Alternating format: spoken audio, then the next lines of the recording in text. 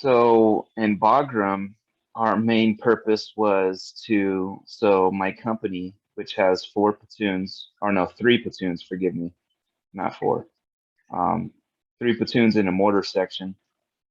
It was infantry company. I was an airborne infantryman.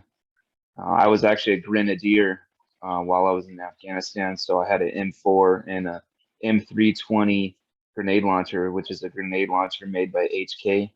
Yeah. Um, which is the German company Heckler and Koch. Anyways, our main purpose in Bagram was to one for every 2 weeks, one platoon would go to we called it the ready tent, and it was a big tent that we would live in for 2 weeks at a time to be ready for we were what we would call QRF, which means quick reaction force. So what that means is on the radio, we hear the code word at the time was tsunami. And when you hear that on the radio, you have 30 minutes to get all your gear on. So we had all our gear staged, ready to go. Get all your gear on, get ammo. So for example, I would get 5.56 for my M4, and then I would get at least 18 40 millimeter grenades for my grenade launcher. And then we'd have to be on the bird in less than 30 minutes. And that was our whole purpose there.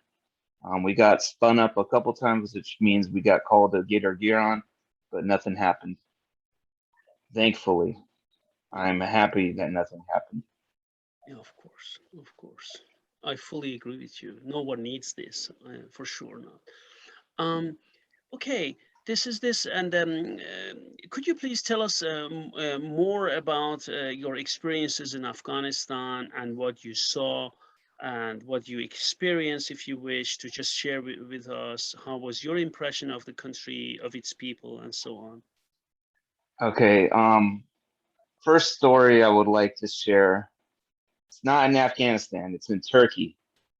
Um, so we fly to Germany and then we fly to Turkey and we get on buses, and I don't know what air base in Turkey it was at, but the Turkish army came out, or their security forces out. I'm not too sure. They had uniforms and guns, and they were Turkish. And they stop our buses, and they're pointing guns at us, telling us to get off the bus. And given I was a late deployer, so I didn't deploy with my company right when they deployed because I wasn't in my company yet. I was in selection trying to be a Green Beret. So they pull us off the buses, and we were traveling with a special forces from the Air Force and Green Berets, so the Army Special Forces. Just that we happened to be traveling at the same time, and I didn't think anything of it at first until I saw them kind of. They weren't panicking, but they were very nervous, and then I was like, okay, these Special Forces guys are nervous. They've seen a lot more than I'll ever see. I'm nervous now, so they pull us off the bus. They're pointing guns at us. They're yelling. Obviously, I don't speak and understand Turkish. And all I'm thinking is, okay, something political happened, and now we're being captured because of it. That's the first thought in my head. And they put us in a building with no lights on, and they're leading us down like a hallway that's kind of winding. And they put us in a dead end room, and then they like push us to the back of the room, not literally, but like tell us to go in the back of the room. And then like a couple of them are pointing their guns at us. And I'm like, okay, we're about to get shot now. Something's going on.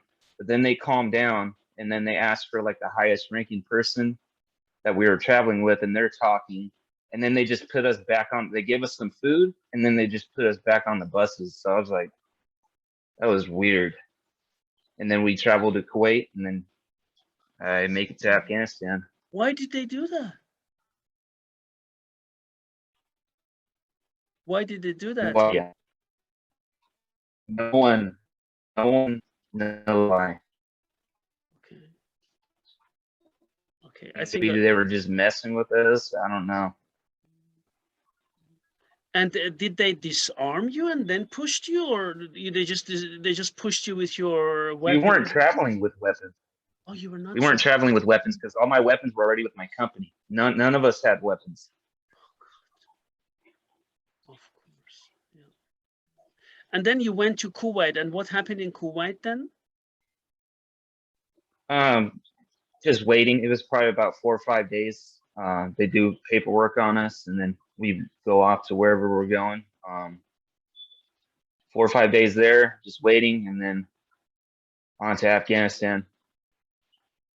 And when you landed in Afghanistan, how was that? Tell us a bit about that. What did you experience in Afghanistan then? Well, it was only okay.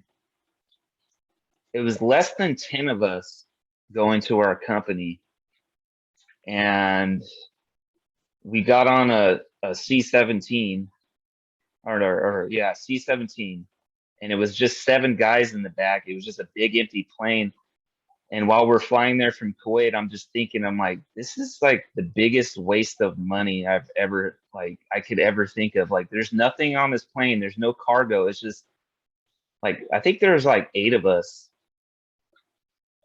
in the back of a plane, just like sitting there, like looking around. Like, that's what I was thinking the whole time. And then we land in Bagram, and my platoon picks us up. And then what was it? I think like 3 of the guys weren't even supposed to be in my company at all.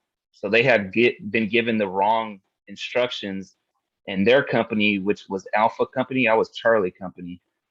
They were in Kandahar, so they had to go back to the airport and figure that out and go. So that was the first night, and then basically there when we're on QRF, they had the whatever platoon in the ready tent I was telling you about.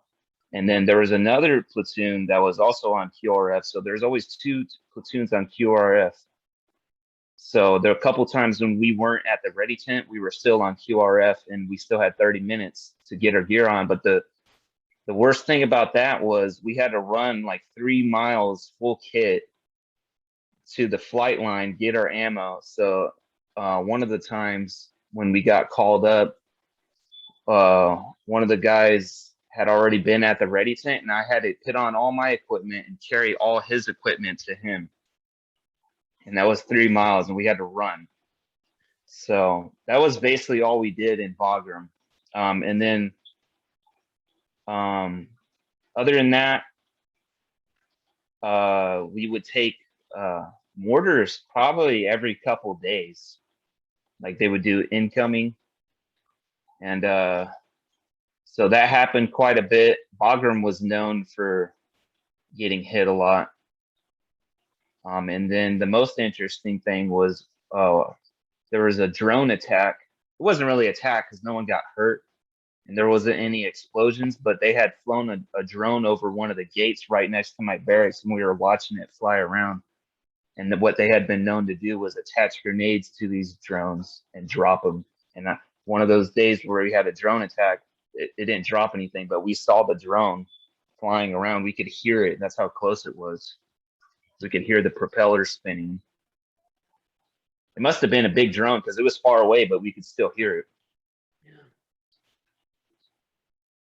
Yeah, that's right. Okay. And did you have any, did you have any other interactions or things you would like to share with us in Afghanistan? One of the things I thought was funny was we were doing a rifle range for NATO. And if anyone's not familiar, that's North American Trade Organization, I believe, or I could be incorrect. But that's basically a military alliance. And we were hosting a range for the Polish army. So we get the range ready, and the American army or American military in general, you do not drink overseas. You can't buy alcohol, but everyone else can. We were kind of jealous about that. But hey, I kind of want to drink a beer right now. All these other guys, everyone else is drinking beer. They have beards. We can't. So the Polish show up, but they show up drunk. They show up to the rifle range drunk, and we're like, no, you can't be on the range drinking. Like that's a no-no. You don't touch guns with live ammo and drink. And we had to kick them off the range, and that was like a big deal. They got they had like some lieutenant with them that was like super angry. I'm like, all of you are drinking. Like, I don't know how you do it there, but we can't allow you to do that. Like, then we'll get in even worse trouble for giving drunk people live ammo, you know? So that's one funny story. Thinking. My platoon went on a mission while I was in Bagram. I got left behind. I'm not heartbroken over that because I heard it was really cold, and I'm just fine being comfortable.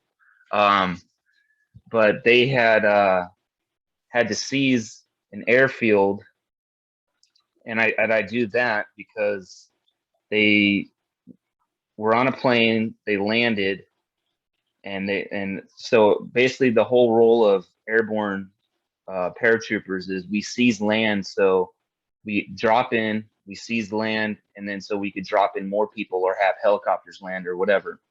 So that's basically you form like a rectangular perimeter a lot of times, like a very wide one.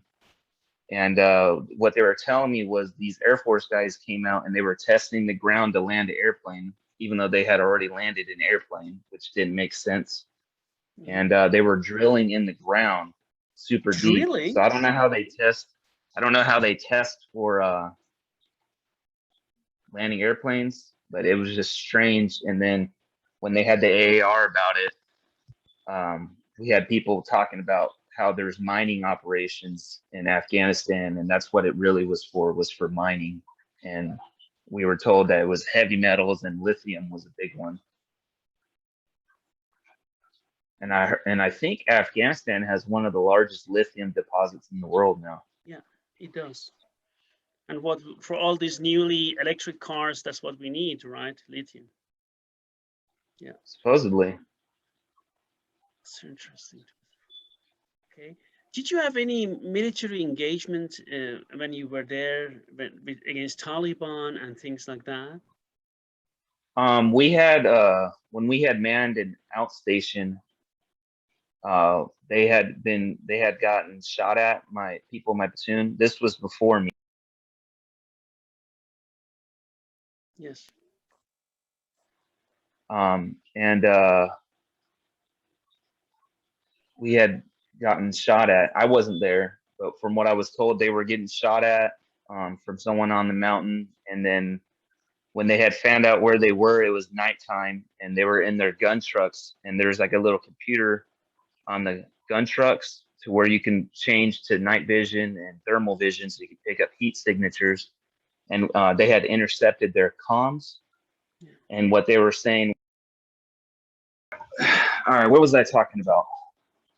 We were talking about military engagement against the Taliban in Afghanistan. Oh, okay. So when you get shot at from a distance, like probably like over 1,000 meters away, and when they figured out the general area of where they're getting shot at, they moved in on their gun trucks, and they were able to intercept their comms, and their interpreter was telling them, because they once they saw the gun trucks, they're like, we got to get out of here. The Taliban or whoever was shooting at them, which they don't know, because the Taliban have been known to take ISIS flags and hang them up, because during the peace talks, they're like, oh, it was ISIS, it wasn't us, like that kind of thing. And the interpreter had told them that, hey, they're pitting headlamps, like to see in the dark, on dogs. Don't shoot at the headlamps, because those are the dogs running off as a decoy. Whatever heat signatures you see without a light are the guys running. So watch them. Obviously, you can't shoot them when they're running away, but if you see them running up to a machine gun or a mortar, you know. Wow. Okay. So did I understand you correctly that ISIS and Taliban were fighting against each other, or they were cooperating, or peace talks? Oh no, Taliban. From what I was briefed, Taliban and ISIS are not friends. Okay. Yeah. Okay, that's interesting. And yeah, could you also you were a paratrooper, correct? Yes, sir. Could you tell us about the life or the training of a paratrooper? What does a paratrooper do? So you land with a parachute, correct? Yes, we do. So